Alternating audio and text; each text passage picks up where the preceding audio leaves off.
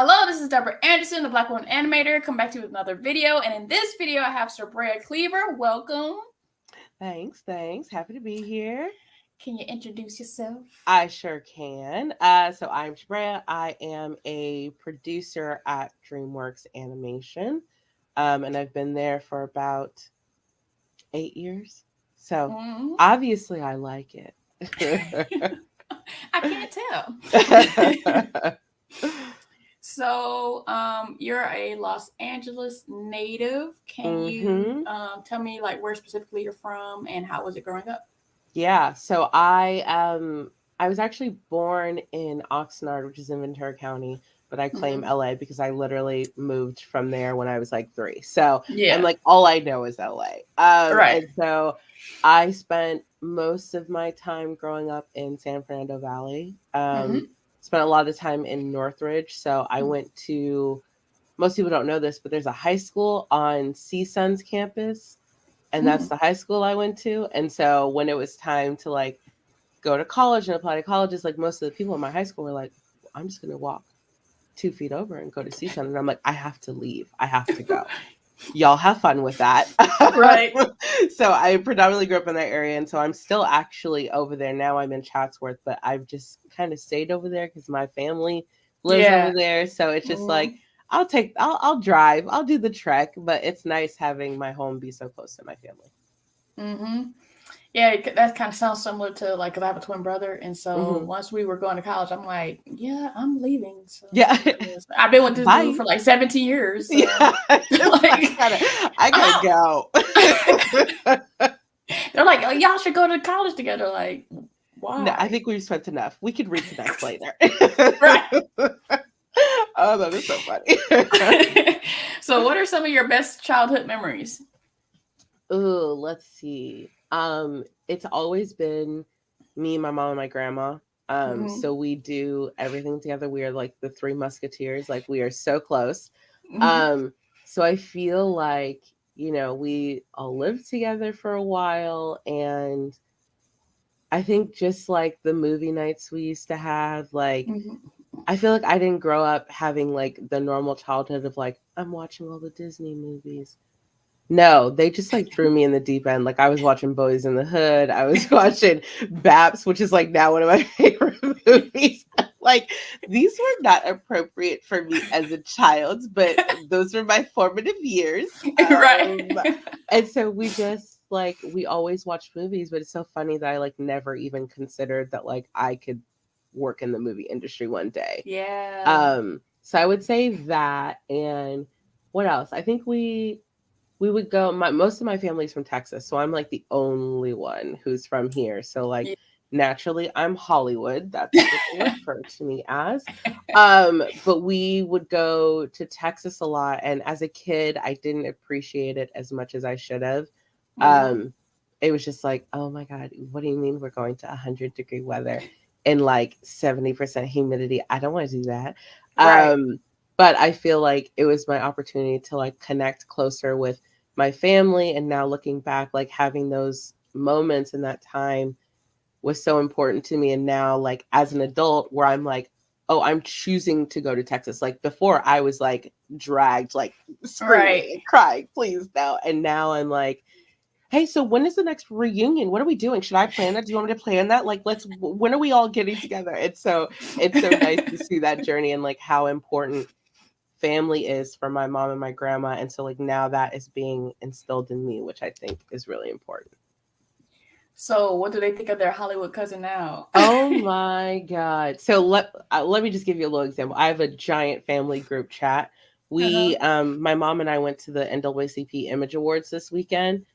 And they're like, we see you on TV. Here is my movie pitch. When are we making the Cleaver family movie? So like very much they're so supportive, but off the cuff all the time. Like, what is the movie deal? Like, why? What are we doing here? I'm like, okay, relax. Right. So can you talk more about like the impact that your mom and grandma had on you, specifically what, you know, their choice of career? Yeah. So my grandma was a restaurant owner. And so obviously she still does the cooking. Mm-hmm. I don't do any of that, but like she was running these businesses and it was very male dominated. So like Mm-hmm. she has always supported me in like whatever field I wanted to go in because trust me, I was bouncing all over the place. I was like, I'm gonna be a dancer, I'm gonna be a photographer, I'm gonna be Mm-hmm. a therapist. Like I was all over the place. And each time they were like, okay, so what? How much is that camera equipment? Oh, okay, yeah, no, that's we can work that out. We can work that out. So I felt somewhere in that way, and my mom is an aircraft mechanic at Mm-hmm. Northrop Grumman. So like clearly, I know no bounds. Like there is no limit for me. I'm like if that's what she's doing, like I can do anything, and so that Yeah. has definitely been the support that I've gotten, even in like male dominated fields. Like I've never felt like, oh, this is something that I can't reach because I have two examples every day showing me that that's possible. Right. So what would you say is your cultural makeup? That's not to say what's your ethnicity, or not Hmm. only to say what's your ethnicity, but also what is the culture of where you grew up and the uniqueness of where you're from. Yeah. Um, I think it's evolved over the years, but growing up where I was like the darkest one in my small family, my mom, grandma, very light skinned. They're like, Mm-hmm. "Where did you come from?" Um, but I always, I grew up kind of insecure about that, and like Mm-hmm.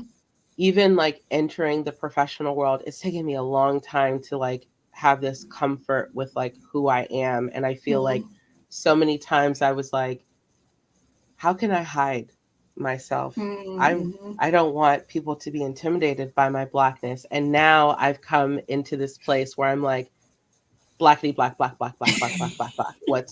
I'm like I've got like my books of like Hollywood black. I'm like, and I would never do that, but like it's Mm-hmm. not to say that my mom and grandma didn't raise me that way. Like they were always proud of who they were.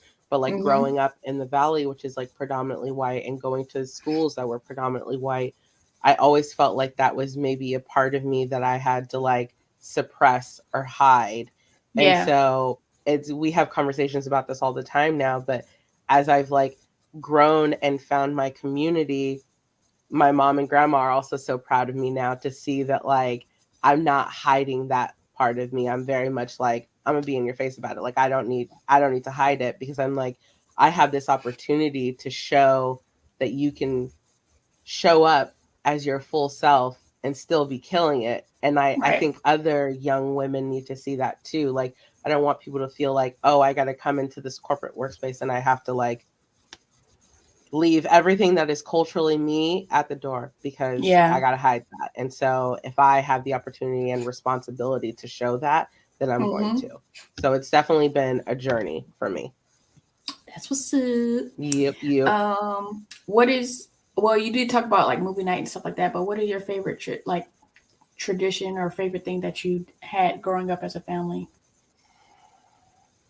I think I would say just like Christmas and Thanksgiving, Mm-hmm. even now, like those were just like big monumental moments for us. Like I said, grandma is cooking.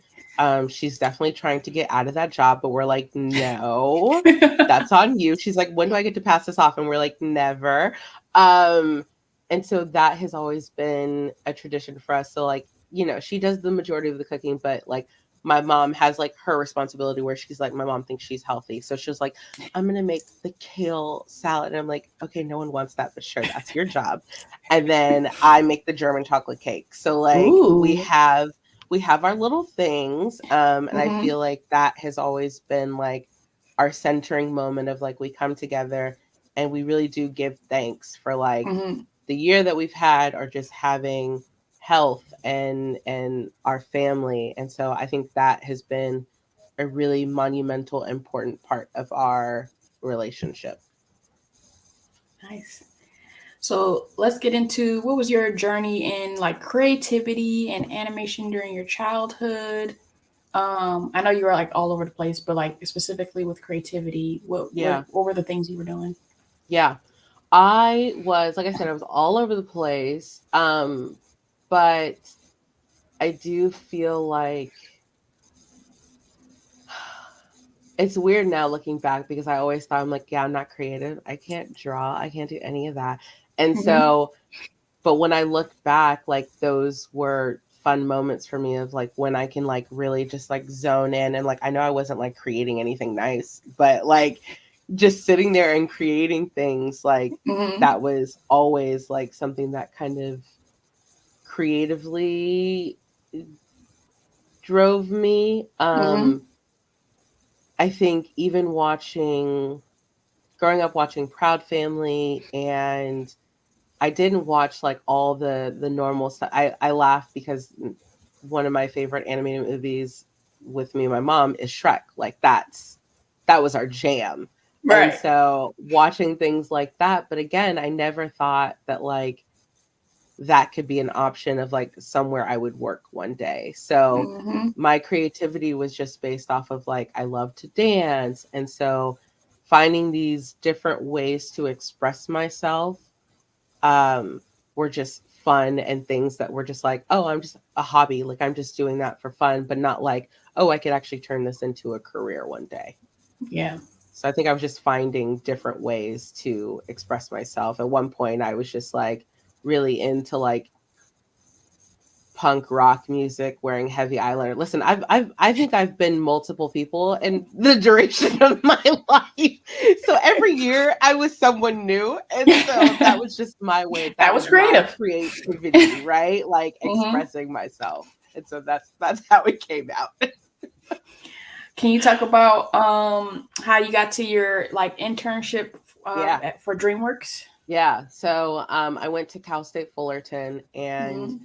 by this point I was a photography major. But it just so happens that I was talking to people about doing film. I worked in a movie theater for a while, and I was babysitting for this man who worked at Sony. And I'm like, "Oh, you work at Sony? What do you do?" And I think he's like in business, but I'm like, "Oh, working at a movie studio. Yeah, that's I like that. That's cool. Mm-hmm. That's cool. I could do that."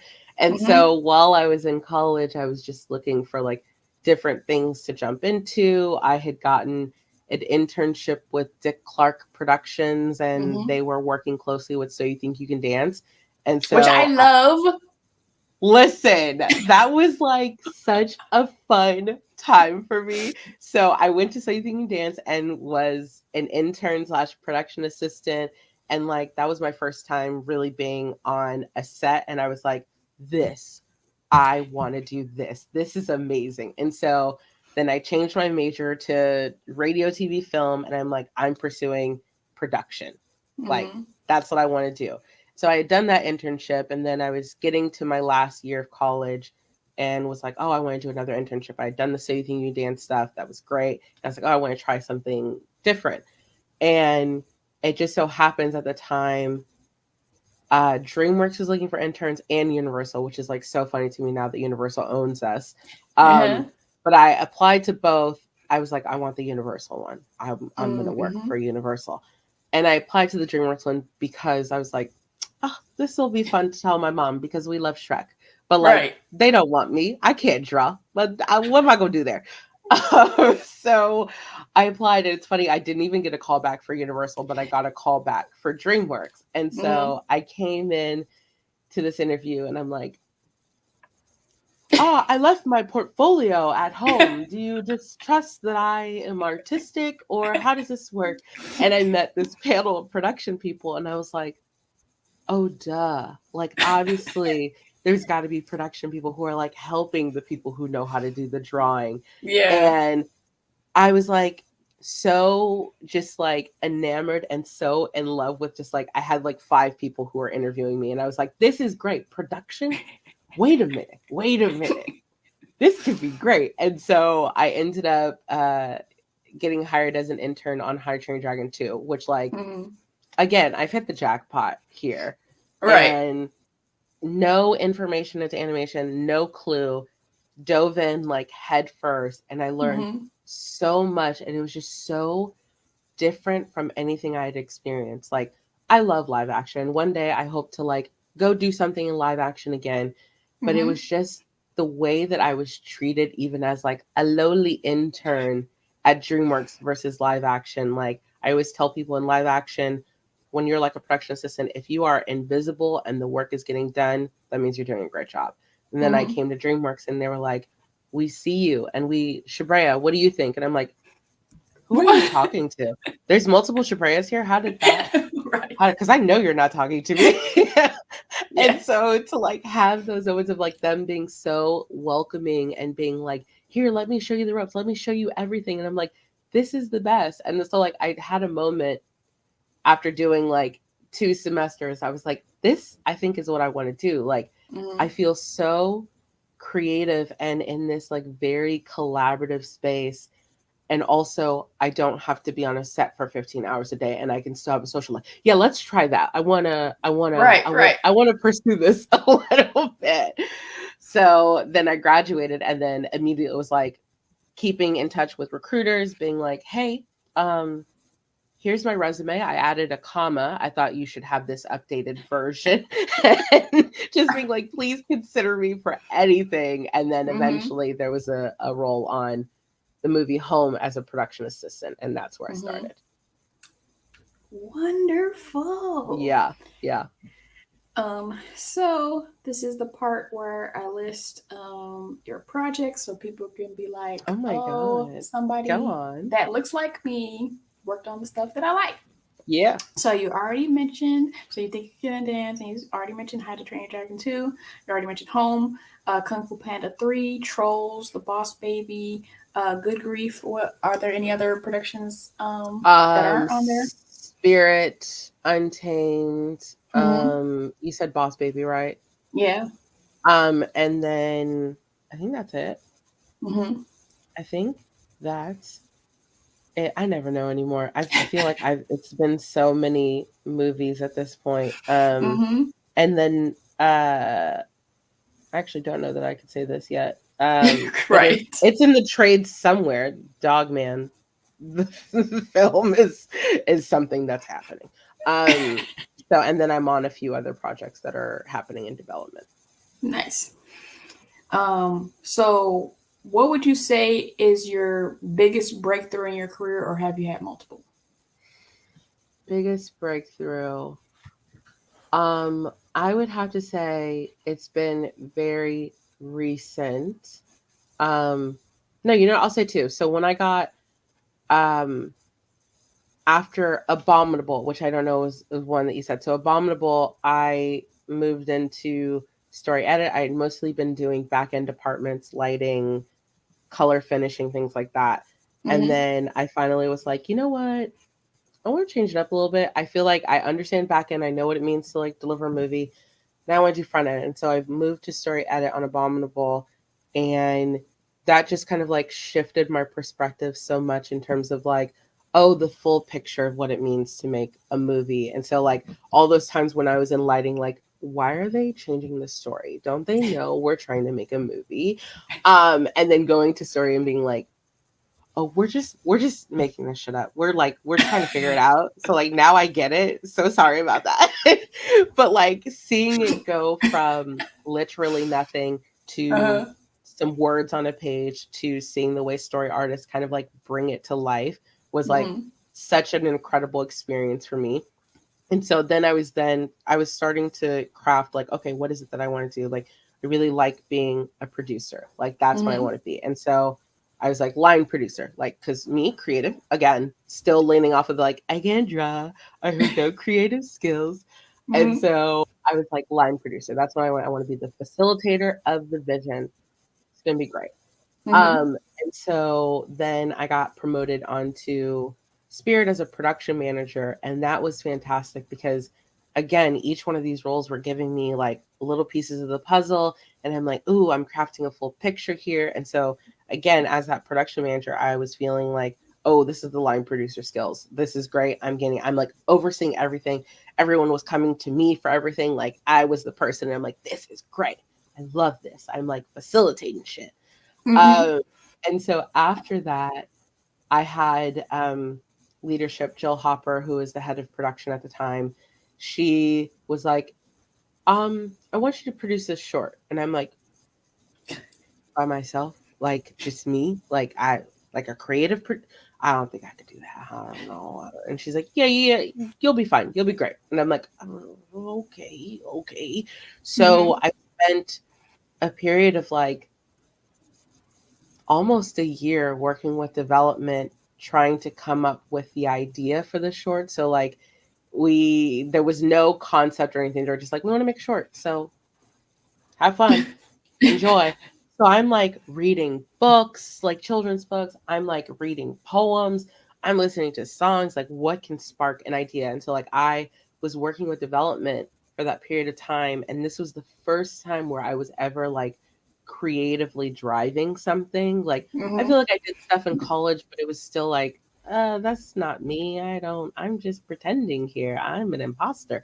Mm-hmm. Um, and so that was the first time that I really felt like, oh, hold on, like I do have creative skills. I do have something to contribute here, even if I don't know everything. Like I'm not a genius in story structure, but like I can learn that stuff. But Right. I've got opinions. When I watch stuff, I'm like, I don't like that. I really couldn't tell you why. But I Uh-huh. was like, I don't care for that.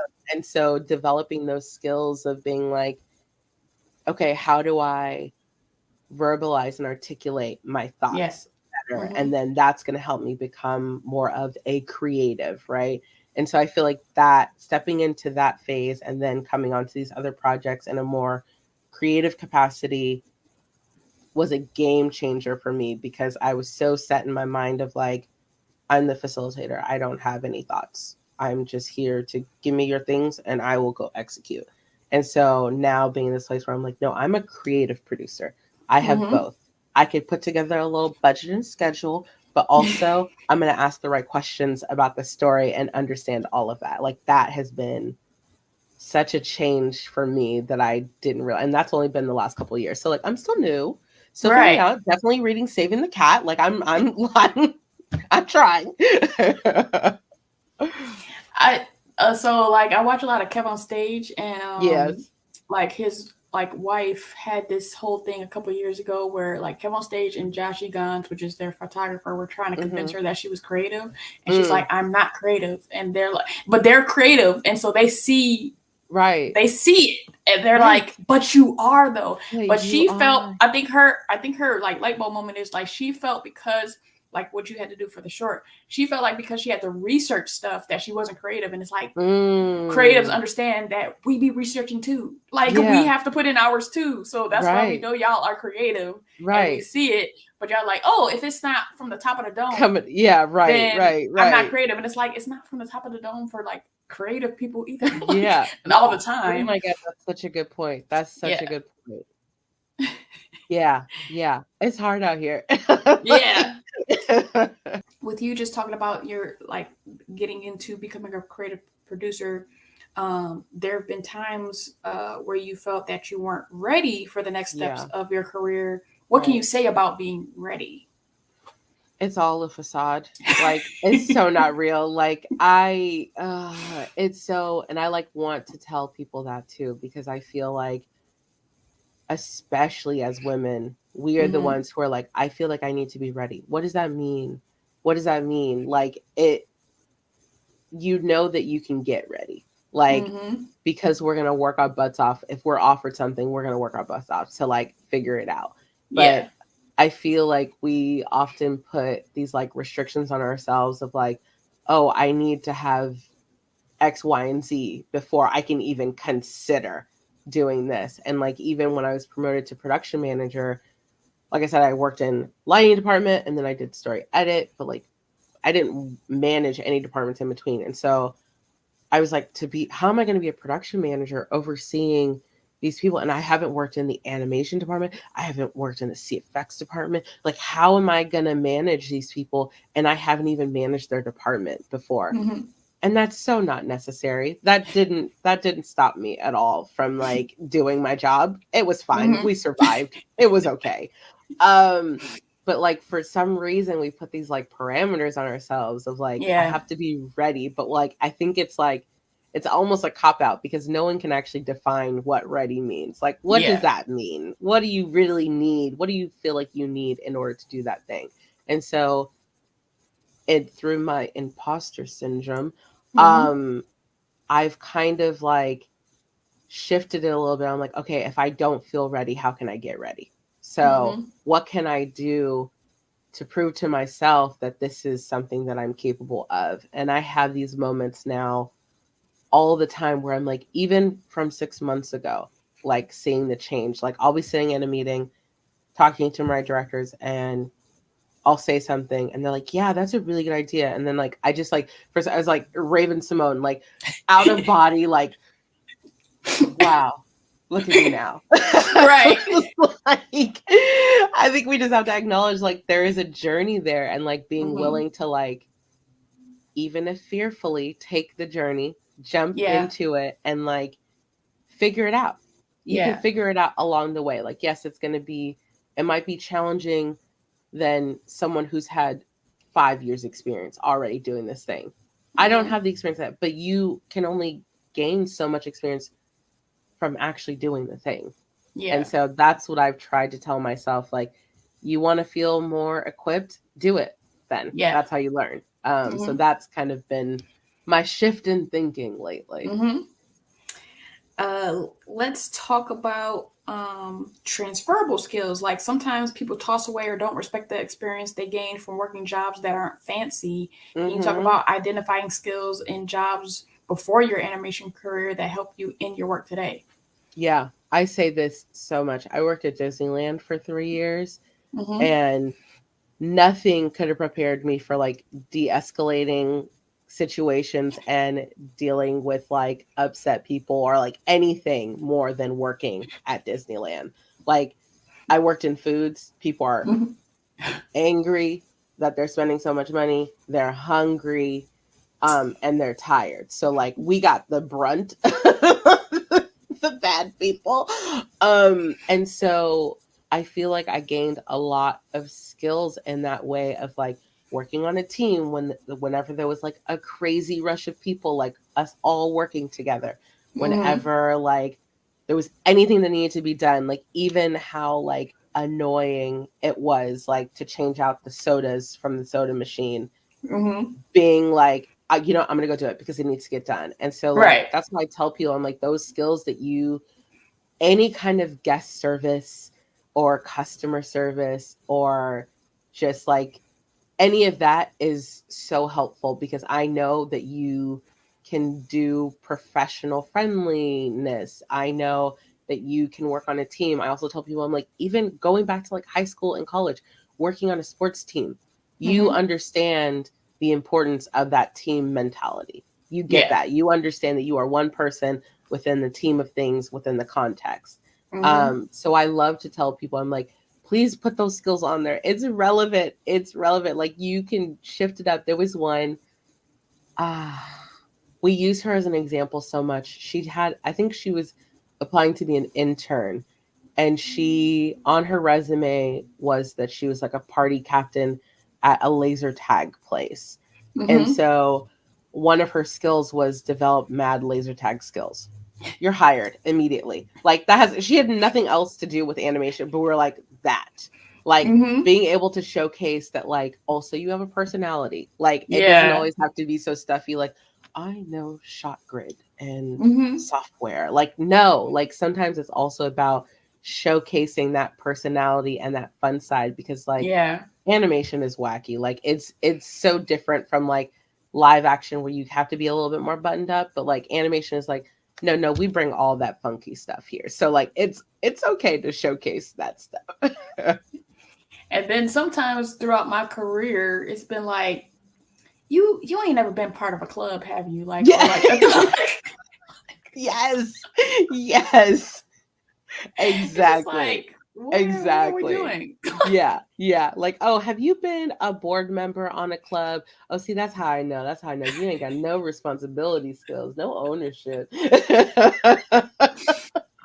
And a mini tangent of like when people, the $15 an hour thing of like, fast food workers. I'm like, some of y'all would fold so quickly if you worked fast food. Like, it is a skill. Like, what are we? Honestly, that pressure Mm-hmm. is like nuts. Like, and that being able to like articulate, verbalize that like those skills that you gain and like Mm-hmm. fast-paced environment. No, that's a fast-paced environment. Like you don't Right. know fast-paced until you working in foods. Like quick service foods, Mm-hmm. too much. My Too much.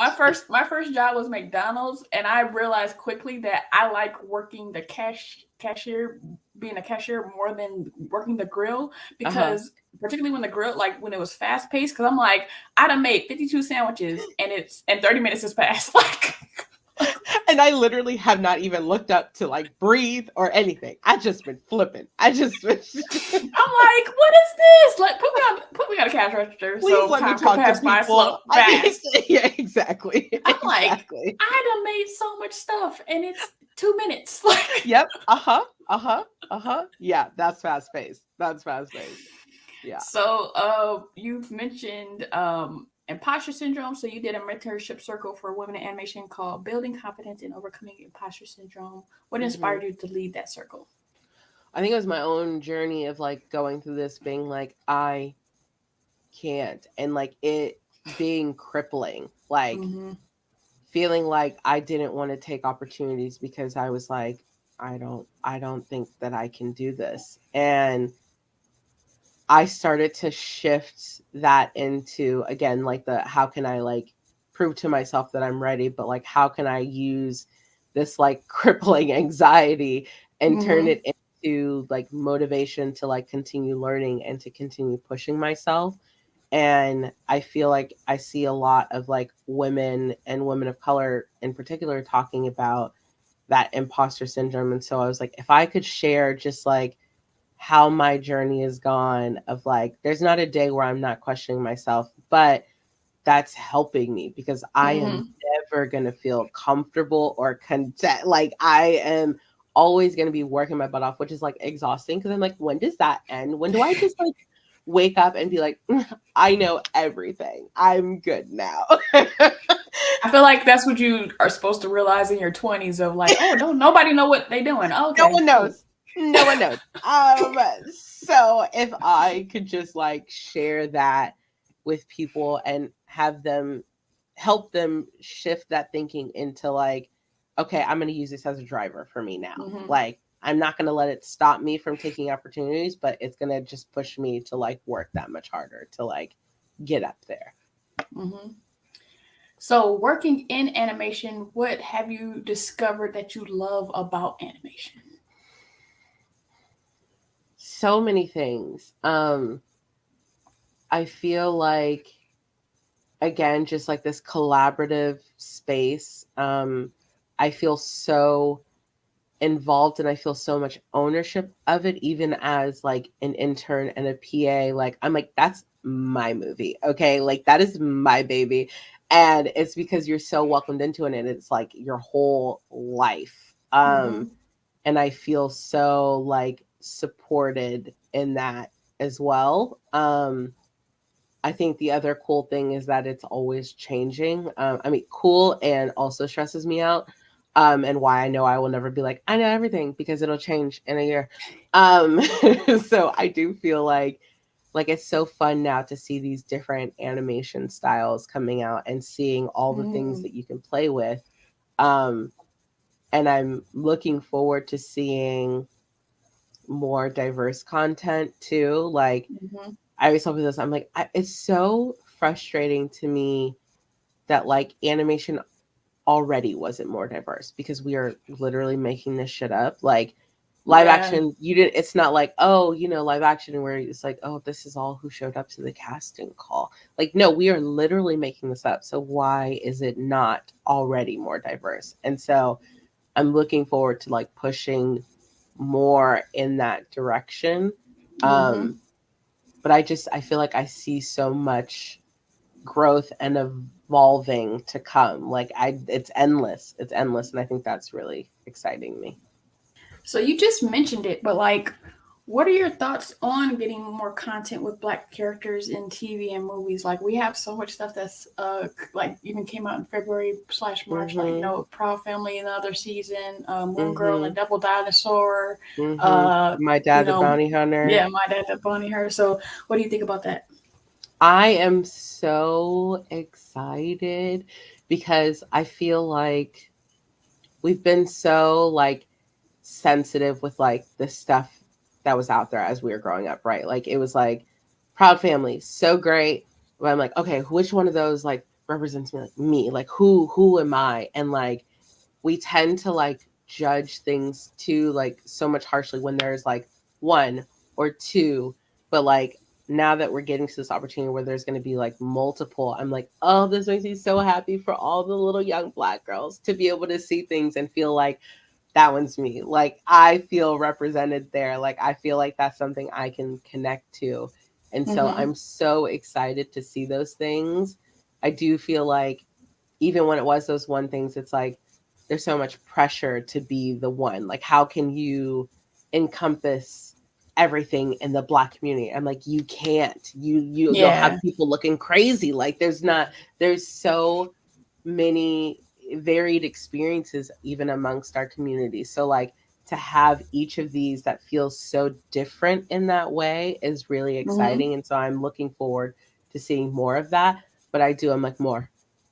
Yeah. We got a lot of time to make up for. So like we need more. Like I want to see more features. I feel like TV is getting there and it's been great to see that movement. And I know considering projects that I've been on for the last 2-3 years, um, I know it takes a while, but like I want to see more movies. I want to see more movies, and I hope that we're getting there. It's exciting to see like the stuff that Netflix is putting out. Like I Mm-hmm. just want to hurry up and get there.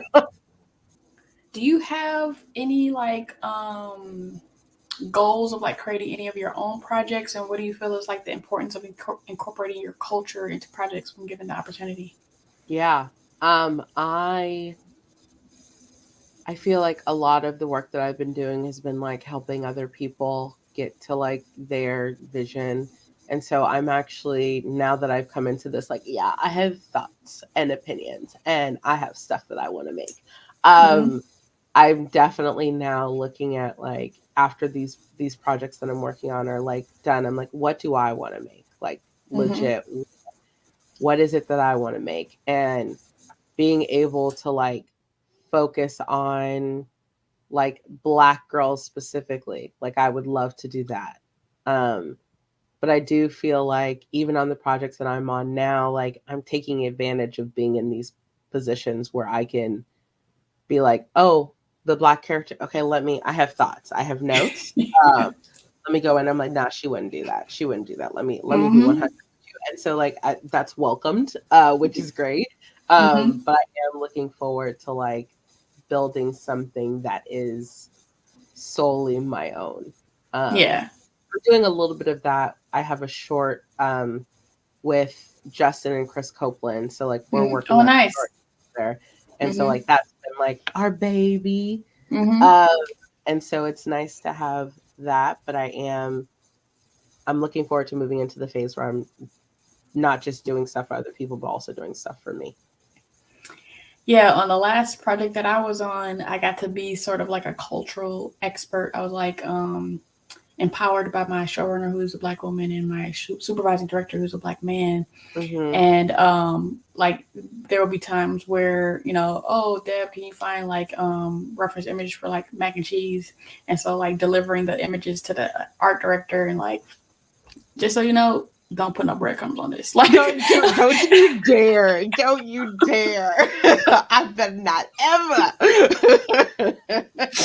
so it's just like, having that superpower of like, even I feel like I put this on Twitter. Like, even if we have like white and Asian like character designers or background designers, Yeah. they have to feel comfortable googling properly, because I feel like in Yes. our country, sometimes non-black people are afraid to say the word black, and then Absolutely. that transforms into them not googling the word Yes. black in front of things. Yes. So if they're like looking up a bonnet, they don't type like black people bonnet. Like, Right. so you Right. gonna have like Granny from Tweety Bird Yeah. type bonnet and not the right kind of bonnet. Exactly. That is so true. I think about that too in terms of like thinking about the crew makeup. I'm like, Mm-hmm. yes, you need people who are on the shows who identify, right? Mm-hmm. But you also you're not going to put together an all black crew to make a black Mm-hmm. movie. And Mm-hmm. so where it's our responsibility to like make sure the proper stuff is on screen, it's also our responsibility to like bring in people of other colors too and express to them the importance of the nuance in our performance and the Yeah. hair Mm-hmm. and the style and all of that, so that they are then aware of what's important. Because if it's just us making stuff and not sharing that information with other people, then you're just going to get the same shit over and over again. So like, no, bring them in. I'm like, no, let me show you, let me walk through why this character would not do that. This is Mm-hmm. like, let's have an open conversation. And like, I do feel like I hope that that's a place that we're going to. Yeah, for me, because I've done work in the civil rights, social action space, working with the Urban League, I Mm-hmm. learned stuff about other people so I can advocate for them if they're not there. So like I Right. like watching shows like Reservation Dogs so I can learn Mm-hmm. more about Native Americans. So I can be like, Yeah. nah, they wouldn't do that. Yeah. Right. Right. They're not here Right. right now, but I know. Right. It's But that's like, what we, and I feel like our culture, I feel like we're the ones who do that. Like we're the ones who yeah, are like, yeah, I'm gonna do research on, because we know what it feels like, right? yeah. But like you need other people to also feel like, I want to do some research. Like, but I Hmm. get it's hard because you'll find some shit on the internet. But like having your circle, but having people in your circle who identify that you can like bounce ideas off of is also important.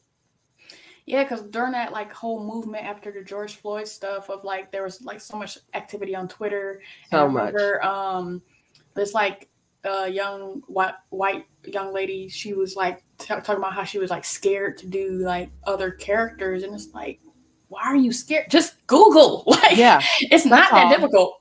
It's not that hard. It's okay. It's okay. Because if you don't, I mean, let's be clear, like the makeup of the industry is still very predominantly white. So like Mm-hmm. if you're going to back away from it completely, then again, we're being erased. And that's not the Yeah. goal. That's not the Mm-hmm. goal. Cause So, yeah, cause they I feel like they're afraid to do like a caricature, but usually the caricatures, unless somebody is very nefarious, like the caricatures are because you're doing it from memory and not because you're actually doing research to see what we look like. right, right, So I remember right. in my interview with Dan Haskett, it was like you have to see us Yeah. to Yeah. see us. Like Right, right, right. Yes. I love that. I love that. Yeah. so as you get more years under your belt in the animation industry, what do you feel like, unless you already feel like you have it, like what is your purpose in regards to blackness and black professionals in animation? I I think it's funny because I'm very much an extroverted introvert. So like Mm-hmm. I'll go out and be like, yeah, I'll do the thing. I'll do the thing. And then I'll be like, oh my God, I'm so stressed out. Why did I agree to do that?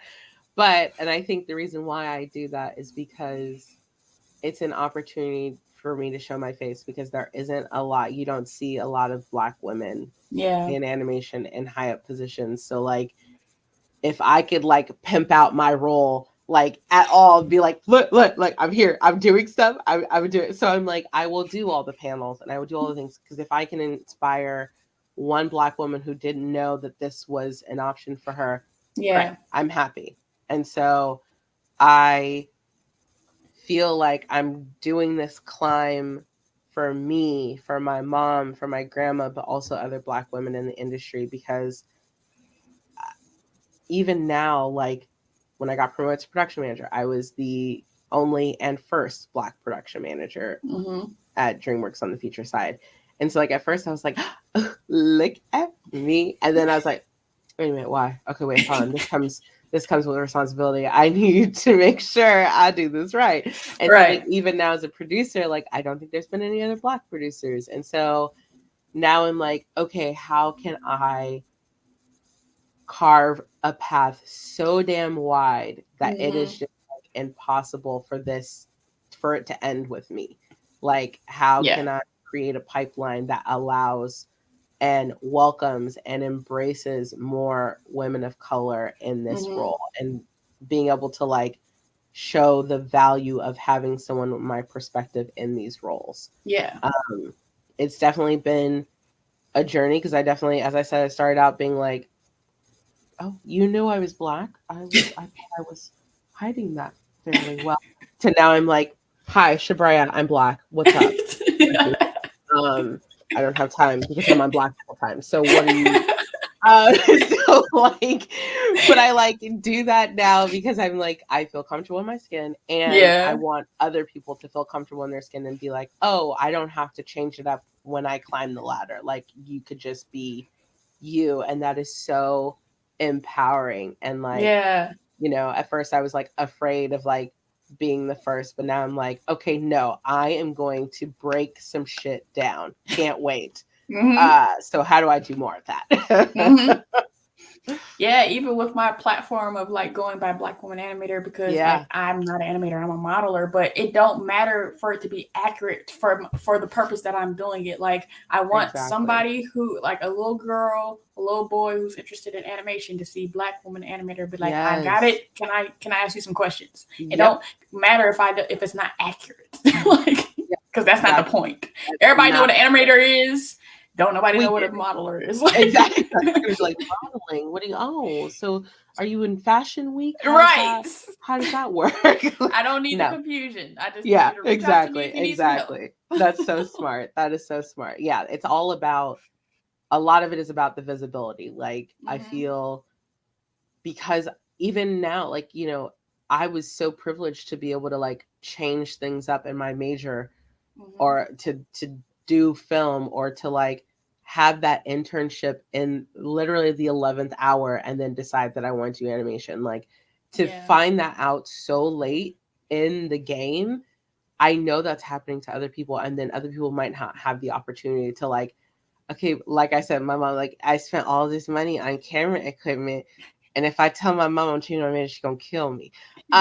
So like not everyone has that Yeah. privilege, and so one of the things I'm hoping we can do is like start earlier, like Yeah. talk to kids in middle school and Mm-hmm. like because I feel like even in high school you're starting to like identify what you want to do, and Right. like if animation is nowhere in that, no Mm-hmm. one's considering that. No one even knows that's an option. So like starting earlier to talk to these kids about like, hey, here's what happens in animation.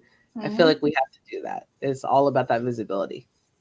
Yeah, and that's another point of my platform is like I was like a late bloomer because I was literally a Disney kid and Mm-hmm. drew, and I Mm-hmm. never thought about, like, until my senior year That's of high so school, funny. like, oh, animation, maybe I should do that. Like I be feeling so dumb. Like everybody was like, yeah, I watched Lion King and I knew I wanted to do that. I was like, cool story, bro. Let me become an electrical That, engineer because I'm good that's at great. that. That's so funny. Like just for no reason. Like you were actually doing the thing and Yeah, then I was like actually this drawing, and isn't a it's like, life. This is for fun. right, like I be trying to do the posters Yeah. in like what geography. I'm like, yes, I'll draw the map. Stop. That is And so I just was funny. like, I just never thought about it as a career. I don't know why. It's See, kind of crazy. that's a problem. The fact that you were actually doing the thing, like I was like nowhere even near, but like the fact that you were actually doing the thing and still didn't know that that was a career. I'm like, how do we change that? Yeah, How do we change that? yeah. So, what do you hope that people are doing, like Black people are doing in the current landscape to, like, be creative, to find out what they want to do? Like, what do you hope they're doing with all this access to technology, YouTube, Yeah. Google? What do you hope? I hope that people are just getting out and creating their own stuff. Mm-hmm. Like, get together, like, build your community and just start making stuff because the more stuff that we have out there, again, the more information is out there. I just feel like nothing can go wrong if we do that.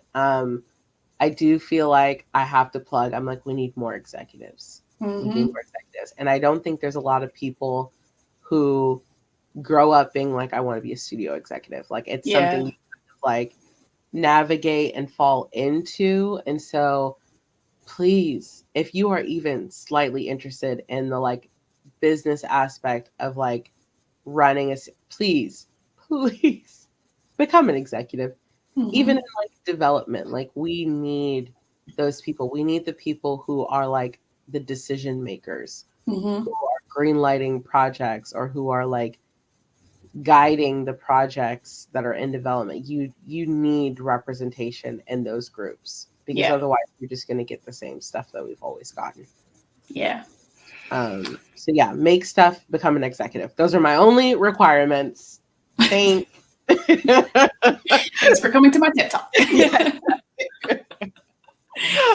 So, my last question is: if someone was producing a documentary about you, what things would you want them to highlight outside of your work in animation? Wow, that's a great question. So when Beyonce plays me, I'm thinking, um, I would say,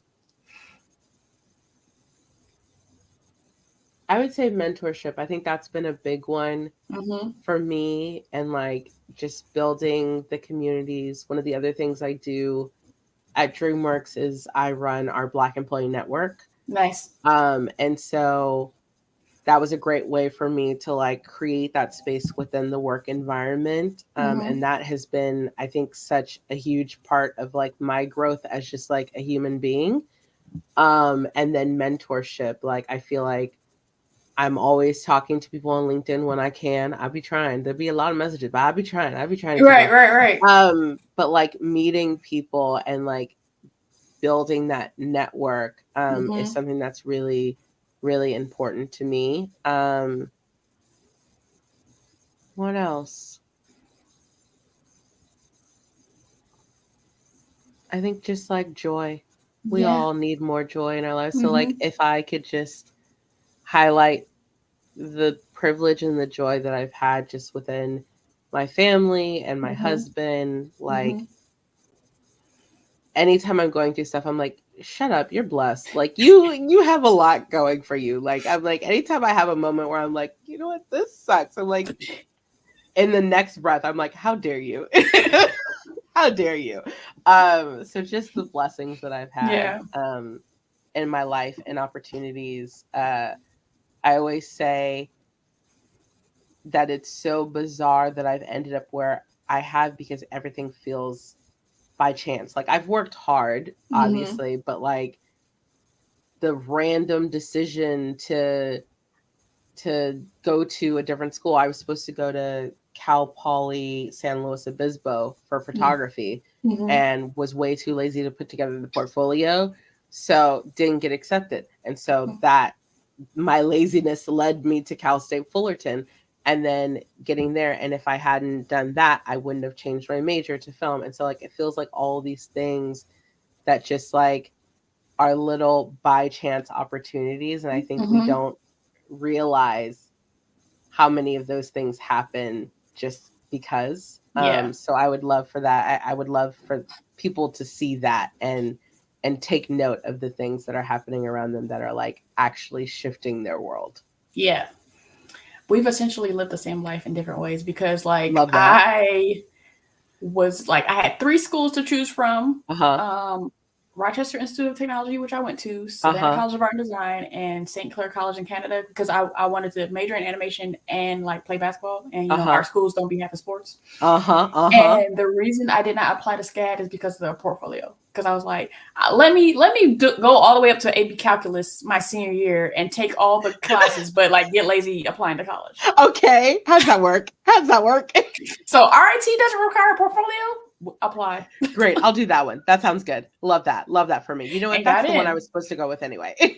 Yeah, so I was like, create a portfolio of drawings that I fully have. Like I Yeah. literally have my sketchbook right here, like from childhood. Like I could have done it, but I Literally didn't. have it. The work is done. The work is done. That is so funny. I was like, lazy me up, please. Yep. Mm-hmm. Mm-hmm.